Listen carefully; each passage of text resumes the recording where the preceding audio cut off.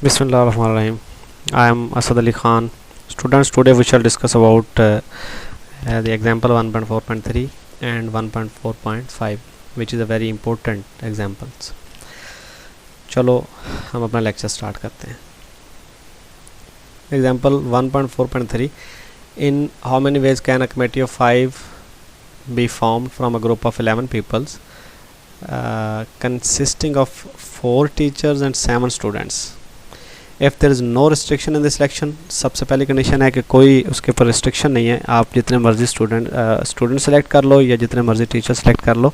आपको टोटल 5 लोग सेलेक्ट करने हैं और पाँचों के 5 स्टूडेंट सिलेक्शन उनकी सिलेक्शन हो जाए या 4 टीचर्स और 1 स्टूडेंट आ जाए, तो इस तरह की कोई रिस्ट्रिक्शन नहीं है. Number 2, the committee must include exactly 2 teachers. उसके अंदर सिर्फ एग्जैक्टली 2 टीचर्स होने चाहिए, बाकी 3 स्टूडेंट्स होने चाहिए. The committee must include at least 3 teachers. At least मतलब कम अज़ कम 3 टीचर्स उसके अंदर हों. 3 या 3 से ज़्यादा आप उसके अंदर कर सकते हो और बाकी स्टूडेंट्स होने चाहिए. और चौथी important point, a particular teacher and a particular student must can not be both in the committee. दोनों जो हैं बैक वक्त एक कमेटी के मेंबर नहीं होने चाहिए. एक मखसूस उस्ताद और एक मखसूस टीचर. तो चले इनको हम सॉल्व करते हैं. नंबर 1 है when there is no restriction in the selection. तो उसके लिए आप देखें कि टोटल टीचर्स कितने हैं, 4 हैं. टोटल स्टूडेंट्स 7 हैं. टोटल पीपल कितने हो गए, 11 हो गए. अब आपने कमेटी के अंदर मेंबर्स कितने सेलेक्ट करने हैं, वो 5 सेलेक्ट करने हैं. तो जब कोई रिस्ट्रिक्शन ना हो तो आपके पास जो ऑप्शन होता है कि आपने इन 11 में से 5 सेलेक्ट करने हैं, तो ये कम्बिनेशन बन जाता है 11C5 का. अब 11C5 बेसिक आपका फार्मूला है. हमने इस फार्मूले के according NCR = n factorial over r factorial into n minus r factorial के तहत इसको सिंप्लीफाई किया, वैल्यूज़ को पुट किया, सिंप्लीफाई किया, तो हमारे पास आंसर जो है वो 462 यहाँ पे बन जाएगा. तो 462 कमेटीज़ हम बना सकते हैं जिसमें नंबर ऑफ़ टीचर्स और नंबर ऑफ़ स्टूडेंट्स मैटर नहीं करेंगे कि कितने आपने टीचर्स लेके आने हैं और कितने आपने स्टूडेंट्स लेके आने हैं. आपके ऊपर कोई रिस्ट्रिक्शन नहीं है. ये आपका फर्स्ट पार्ट है. सेकंड नंबर पे the committee must include exactly 2 teachers. अब इसके अंदर 2 टीचर्स लाजमी होने चाहिए और होने ही 2 चाहिए. बाकी 3 स्टूडेंट्स आपने सेलेक्ट करने हैं. तो ज़रा इसको देखते हैं. अब टोटल टीचर्स आपके पास हैं 4, सेलेक्ट आपने करने हैं 2. अब इनका आपस में कम्बिनेशन क्या है, अब ज़रा गौर से सुने कि आपके पास टीचर्स 4 हैं. सपोज़ हम इसको इस तरह एक्सप्लेन कर लेते हैं कि ये आपके पास टोटल नंबर ऑफ़ टीचर्स आ गए. आप इसको ऐसे कह लो कि T1, T2, T3 and T4. T1, T2, T3, T4. अब उन 4 में से किस 2 ने आना है हमें नहीं पता. इसका मतलब कि इनके दरमियान भी कम्बिनेशन है. अब वो कम्बिनेशन क्या है वो हम देखते हैं कि टोटल टीचर्स 4 हैं, उनमें से 2 ने सिलेक्ट होना है. तो इनके कम्बिनेशंस क्या बनेंगे, कितने बनेंगे, वो आपके पास 4C2 बनेंगे. यानी कि number of veg are 4C2. बात को दोबारा एक्सप्लेन कर दूं कि टीचर्स 4 हैं, T1, T2, T3, T4. अब इन चारों में से किस 2 ने आना है हमें नहीं पता. हमने सिर्फ 2 सेलेक्ट करने हैं. इसका मतलब कि T1 और T4 आ सकता है, T1 T2 आ सकता है, T2 T3 आ सकता है, T3 T4 आ सकता है. तो इस तरह के कितने कम्बिनेशन हैं वो 4C2 बनेंगे. अब आते हैं ज़रा स्टूडेंट्स की तरफ. स्टूडेंट्स टोटल 7 हैं. उनमें से आप सिलेक्ट टोटल कितने होने हैं, वो 3 स्टूडेंट सेलेक्ट होंगे क्योंकि आपने 5 मेंबर्स टोटल बनाने हैं. 2 सिलेक्ट हो चुके हैं टीचर्स, 3 स्टूडेंट्स आने हैं. तो आप ज़रा गौर से देखें कि 7 स्टूडेंट्स हैं, यानी कि S1, S2, S3 to S7. अब उन 7 में से 3 स्टूडेंट्स ने कमेटी के मेंबर बनना है. तो वो 3 कौन से हो सकते हैं, पहले 3 हो सकते हैं, आखिरी 3 हो सकते हैं, मिडल से 3 हो सकते हैं, पहला और आखिरी 2 हो सकते हैं. तो इस तरह की कितनी मतलब आप सिलेक्शन कर सकते हो. उसका आंसर हम देते हैं 7C3. कम्बिनेशन का ये क्वेश्चन बन गया कि 7 टोटल हैं, 3 की सिलेक्शन होनी है. तो how many selections are possible, तो वो 7C3 सिलेक्शन जो है वो पॉसिबल हैं. तो अब मल्टीप्लिकेशन प्रिंसिपल हमने पढ़ा हुआ है. ये एक वे के अंदर आपके पास सिलेक्शन हो रही हैं 4C2, ये दूसरे वे के अंदर आपके पास सिलेक्शन हो रही हैं. तो आपका फाइनल आंसर इन दोनों का प्रोडक्ट होगा. तो फाइनल वेज कितने हो जाएंगे, total number of ways are 4C2 multiplied by 7C3. इसको सिंप्लीफाई किया तो 210 हमारे पास ये आंसर आ जाएगा. क्वेश्चन नंबर 3 की तरफ बढ़ते हैं जिसके अंदर आपको आंसर देना है कि the committee must include eight least 3 teachers. At least का मतलब है कि 3 या 3 से ज़्यादा, 3 आर ग्रेटर दैन 3 टीचर्स आपकी कमेटी के मेंबर होने चाहिए. तो जब आपने ये कहा कि at least 3 teachers means select teachers greater than or equal to 3, 3 या 3 से ज़्यादा. अब उनके चॉइसेस किस तरह की होंगी, यानी कि एक केस बन जाएगा 3 टीचर्स 2 स्टूडेंट, दूसरा केस बन जाएगा 4 टीचर्स और 1 स्टूडेंट, 5 हमने टोटल सेलेक्ट करने हैं। अगर मैं इस पहले केस को देखता हूँ 3 टीचर्स हैं तो टीचर्स टोटल कितने हैं, 4 हैं, 4 में से 3 ने सिलेक्ट होना है तो कमेटीज़ कितनी बनेगी, वो 4C3 बनेगी। अब 2 स्टूडेंट हैं, इसकी मल्टीप्लिकेशन होनी है, यानी कि ये जो क्वेश्चन है 3 टीचर 2 स्टूडेंट, ये सेम यही सिचुएशन चल रही है। आपने 2 सिलेक्शंस अलग से करनी है और फिर उनको मल्टीप्लाई करवा देना है, जिसके अंदर पहली कमेटी के अंदर 3 टीचर्स 2 स्टूडेंट्स होंगे, 3 टीचर 4 में से 3 आएंगे, स्टूडेंट्स 7 में से 2 होंगे, ये एक सिलेक्शन मुकम्मल हो जाएगी, यानी कि इतनी कमेटीज़ आप बना सकोगे इस कंडीशन के तहत। प्लस अब दूसरी कंडीशन है जिसमें 4 टीचर्स और 1 स्टूडेंट होना चाहिए, तो 4 टीचर 4 में से चारों के चारों सेलेक्ट हो गए, इसका आंसर 1 आ जाएगा, और 1 स्टूडेंट है 7 में से 1 ने सेलेक्ट होना है तो 7C1, इनको आप मल्टीप्लाई करो, जमा करो, आंसर लिखो तो वो आंसर आपके पास टोटल ये 91 कमेटीज़ बन जाएंगी जो इस कंडीशन को फुलफ़िल कर रही होंगी, जिसके अंदर कम से कम 3 या 3 से ज़्यादा जो है वो टीचर्स मौजूद होंगे। फाइनल चौथी की तरफ बढ़ते हैं। Particular teacher and a particular student can not be both in the committee. इस क्वेश्चन को इस तरह एक्सप्लेन कर दूं कि आपके पास सबसे पहले हम इन 11 लोगों की टोटल कमेटीज़ निकालेंगे, यानी कि आपके पास टोटल पीपल्स जो हैं वो टीचर्स 4 हैं, स्टूडेंट 7 हैं, तो टोटल पीपल हो जाएंगे 11। 5 आपने सेलेक्ट करने हैं तो टोटल कमेटीज़ बन जाएंगी 462। मतलब इस बात का कि इसके अंदर ये जो 462 कमेटीज़ आपने बनाई हैं, इनमें इन तमाम कमेटीज़ के अंदर वो एक मखसूस टीचर और एक मखसूस स्टूडेंट कुछ के अंदर मौजूद है और कुछ के अंदर मौजूद नहीं है।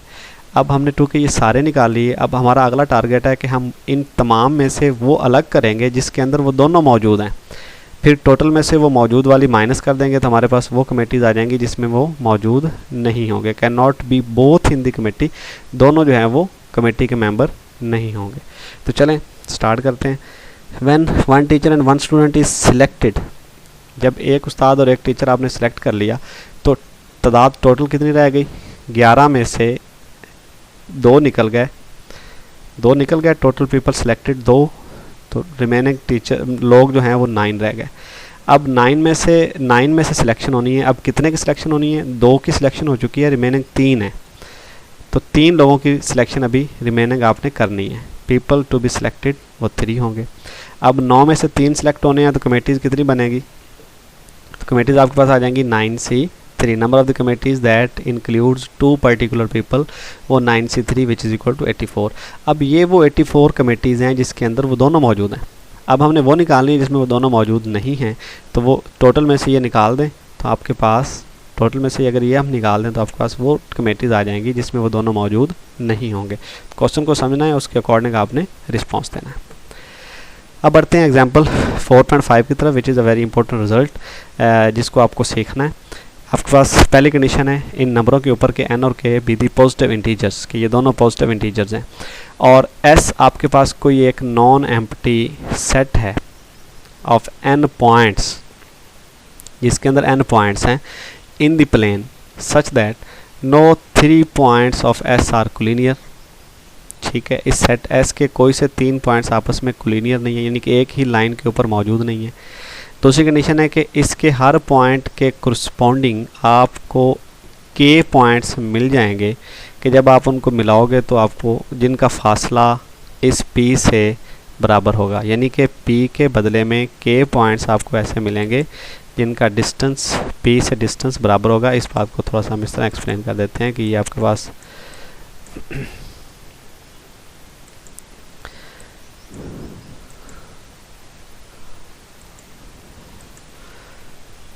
सबसे पहले हम इसको डिफाइन कर दें कि व्हाट इज़ एज। एज आपके पास line segment in the plane, edge आपके पास प्लेन के अंदर 2 पॉइंट्स को मिलाने से बनेगा एक पॉइंट, एक लाइन बनेगी जिसको हम लाइन सेगमेंट का नाम देंगे, यानी कि 2 पॉइंट्स को मिलाने से आपके पास एक लाइन सेगमेंट आएगी। अब इसको लाइन सेगमेंट नहीं कहेंगे बल्कि हम इसको एज कहेंगे। अब ज़रा गौर सुने कि total edges, total distinct points in the set S के अंदर टोटल पॉइंट्स कितने n है। अब एक एज कितने पॉइंट्स को मिलाने से बन रहा है, वो 2 पॉइंट्स को मिलाने से बन रहा है, तो टोटल एजेस कितने हो जाएंगे जिसको हम l के साथ डिनोट करेंगे, which is equal to NC2। गौर करना है, ज़रा देखें इस कंडीशन को 2 को दोबारा पढ़ लें कि आपके पास कंडीशन 2 है कि for any point P of S there are at least K points of S equal distant from P, कि अगर सपोज यहाँ पे P है, यहाँ पे कोई और पॉइंट है, इधर कोई और पॉइंट है, इधर कोई और पॉइंट है, तो इन तमाम पॉइंट्स का P से जो फासला है वो सेम है। तो ये सर्कल की एक्चुअली डेफिनेशन बन रही है कि हर पॉइंट के बदले में आपको एक सर्कल मिलेगा। S के हर पॉइंट के बदले में एक सर्कल मिलेगा और सर्कल का सेंटर P होगा और जो पॉइंट्स होंगे ना उनकी तादाद K होगी, जो उनके उसकी बाउंड्री के ऊपर होंगे, जिसको हम सरकमफेरेंस कहते हैं। तो सरकमफेरेंस के ऊपर जितने भी पॉइंट्स होंगे वो K पॉइंट्स हुआ करेंगे। तो इसका मतलब कि टोटल नंबर ऑफ सर्कल्स कितने हो जाएंगे, चूँकि S के अंदर पॉइंट्स n हैं तो n सर्कल बनेंगे, क्योंकि हर पॉइंट्स एक सर्कल का सेंटर है। चलें आगे बढ़ते हैं। ये टोटल एजेस हमने डिफाइन कर लिए, क्योंकि सर्कल बनता है पॉइंट्स को मिलाने से और हर दो पॉइंट को मिलाने से आपको एक एज मिलेगा, तो टोटल एजेस जो हैं वो NC2 हो जाएंगे। अब नेक्स्ट हमारा क्वेश्चन है कि सेकंड कंडीशन की तरफ आते हैं। One can draw circle with centre P whose circumference contain at least K points of S। वही बात जो मैं ऊपर एक्सप्लेन कर रहा हूँ कि S का हर पॉइंट जो है वो एक सर्कल है, सेंटर है, और उसके सर्कल के सरकमफेरेंस के ऊपर K पॉइंट्स अपीयर होंगे। तो अब ज़रा देखें कि हर सर्कल के कोरस्पॉन्डिंग एजेस कितने बनेंगे, वो KC2 बन जाएंगे, क्योंकि हर सर्कल की बाउंड्री के ऊपर K पॉइंट्स पड़े हैं। हर सर्कल की बाउंड्री जिसको हम सरकमफेरेंस कह रहे हैं उसके ऊपर K पॉइंट्स हैं। तो अब टोटल एजेस कितने बनेंगे, वो KC2 एजेस बनेंगे, क्योंकि 2 जो हमने ये सिलेक्ट कर रहे हैं वो दो पॉइंट्स को मिलाने से जो एज बनता है, इस वजह से ये 2 आ रहा है। टोटल अब यहाँ पे K पॉइंट्स हैं तो KC2, बिल्कुल सेम यही वाली डेफिनेशन है। वहाँ पे N पॉइंट्स है तो NC2 एजेस बन गए। अब यहाँ पे एजेस की तादाद कम बनेगी, क्योंकि हर सर्कल के बदले में K पॉइंट, सारे पॉइंट S के नहीं आ रहे, जस्ट उसमें से K पॉइंट्स आ रहे हैं, इस वजह से KC2। यानी कि ये जो नंबर है ना, एक्चुअली ये किसी एक सर्कल की बाउंड्री के ऊपर जो मौजूद पॉइंट्स हैं उन पॉइंट्स को मिलाने से जो एज बनेगा उनकी तादाद है KC2। अच्छा, अगर ये एक सर्कल के KC2 हैं तो सर्कल्स टोटल कितने हैं, वो N सर्कल्स बनेंगे। आगे बढ़ते हैं इसको। Since there are N circles, क्योंकि हमने ये कहा कि S के तमाम पॉइंट्स के बदले में आपको एक सर्कल मिलेगा, हर पॉइंट के बदले में एक सर्कल मिलेगा, तो N पॉइंट्स है तो N सर्कल हो जाएंगे। अब हर सर्कल के अंदर नंबर ऑफ एजेस कितने आ रहे हैं, वो KC2 आ रहे हैं। तो टोटल N अगर सर्कल्स हों तो उनके अंदर एजेस की तादाद कितनी हो जाएगी, वो N इंटू KC2 बन जाएगा। यहाँ पे वर्ड यूज़ हुआ total edges counted with repetition. ये बात मैं एक्सप्लेन करता हूँ आगे जाके कि काउंटेड विद रेपिटेशन का क्या मतलब है। टोटल एजेस जो है वो काउंटेड विद रेपिटेशन वो N मल्टीप्लाइड बाय KC2 होगा। अब ज़रा देखें कॉमन एज क्या है। इसकी डेफिनेशन पे आने से पहले आप इस डायग्राम को सीख लें ज़रा, इसमें आपको इस बात का पता चल जाएगा कि ये दो सर्कल है, उसके दरमियान एक एज जो है वो कॉमन होगा। एक्चुअली हम इसको कॉमन कॉर्ड कहते हैं। ये ज़रा सुने कि an edge is counted more than once, यानी कि एक एज एक से ज़्यादा दफ़ा काउंट होगा अगर वो कॉमन कॉर्ड होगा।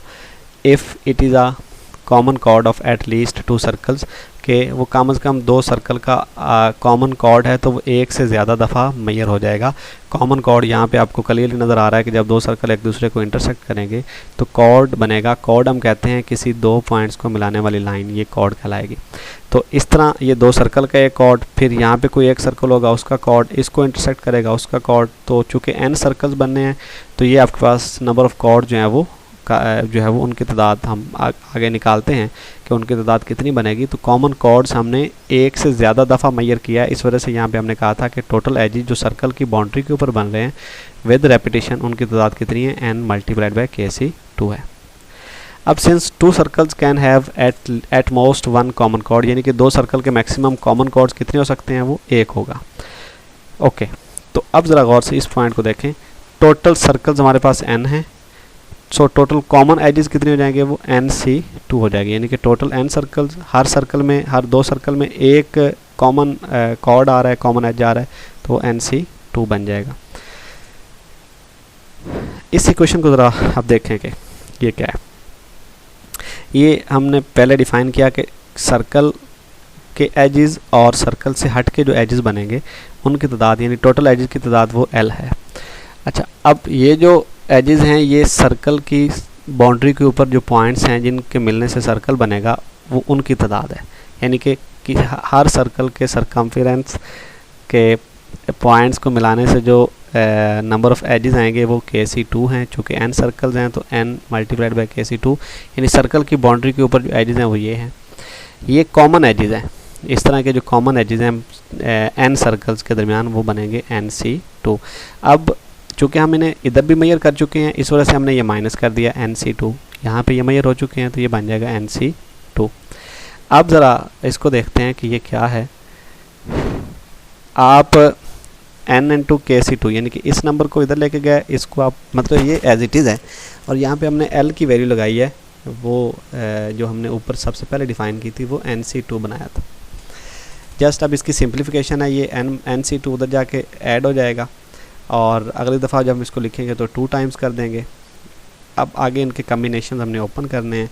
KC2 का फार्मूला ये ओपन किया हमने, NC2 का फार्मूला ओपन किया, और अगले स्टेप के अंदर हम मज़ीद इसको ओपन करेंगे 2 दफ़ा K×K-1 K-2 factorial 2 factorial K-2 factorial इधर n का फार्मूला। अब यहाँ पे कुछ कैंसलेशन है। पहले नंबर पे ये n से ये वाला n कैंसिल हुआ, n-2 से n-2 कैंसिल, K-2 से K-2 कैंसिल, 2 फैक्टोरियल से 2 फैक्टोरियल कैंसिल। यहाँ पे रिमेनिंग है K×K-1, इधर आपके पास रिमेनिंग है ये बाहर वाला 2 और ये n-1। ज़रा गौर से देखें तो ये आपके पास रिमेनिंग आ गया। इसको अंदर मल्टीप्लाई करवा दिया, K² - K-2 × n-1 less than 0। Quadratic formula, ये क्वाड्रेटिक इक्वेशन बनी है इन वेरिएबल K। तो यहाँ पे A1 है, B आपके पास -1 है और C ये -2 × n-1 है। क्वाड्रेटिक फार्मूला लिखा आपने, उसके अंदर वैल्यूज़ को पुट किया और इसको सिंप्लीफाई किया। सिंप्लीफिकेशन के बाद आप यहाँ पे पहुँचे 8n-7। इस -7 को हम इग्नोर कर देंगे तो यहाँ पे रह जाएगा √8n/2। लेकिन ये इनइक्वलिटी जो है वो अब सॉरी ये जो बराबरी का साइन भी है ये रिमूव हो जाएगा, यानी कि ये नंबर जब आप इधर से -7 को ख़त्म करोगे तो ये बड़ा हो जाएगा ओवरऑल, और ये नंबर इधर वाला राइट साइड वाला छोटा हो जाएगा। जब आपने -7 को इग्नोर किया तो K हमारा छोटा हो गया और ये जस्ट लेस देन रह गया, यहाँ से बराबरी हटा दी गई इस -7 को इग्नोर करने की वजह से। अब यहाँ पे जस्ट 8 का जज़र है वो होता है 2/2। आप यहाँ पे पहुँचे, 2 से ये 2 कैंसिल हुआ तो ये आपका रिक्वायर्ड रिज़ल्ट आ गया। तो इसको अच्छी तरह से देखना है, समझना है। टोटल एजेस, सर्कल की बाउंड्री के ऊपर बनने वाले एजेस और कॉमन एजेस, उनके दरमियान जो रिलेशन हमने जहाँ से अपनी मैथमेटिक्स शुरू की थी, जहाँ से कैलकुलेशन शुरू की है, उस इक्वेशन को समझना है। समझ के अगर कोई इसके अंदर क्वेश्चन बने तो आप मुझसे वो पूछ सकते हैं। अब आते हैं ज़रा असाइनमेंट की तरफ। असाइनमेंट में आपने मुझे जमा करवानी है मंडे वाले दिन। असाइनमेंट आप सबमिट करवाओगे और यूनिवर्सिटी कैंपस आके सबमिट करवाओगे सारे लोग, जिसके अंदर आपके पास सॉल्यूशन होना चाहिए 1.4.4 ये एग्जांपल, फिर 1.4.6 और 1.4.7। ये 3 एग्जांपल बिल्कुल छोटी छोटी हैं। ये आप सॉल्व करके मुझे सबमिट करवाओगे। तब तक के लिए अल्लाह हाफ़िज़।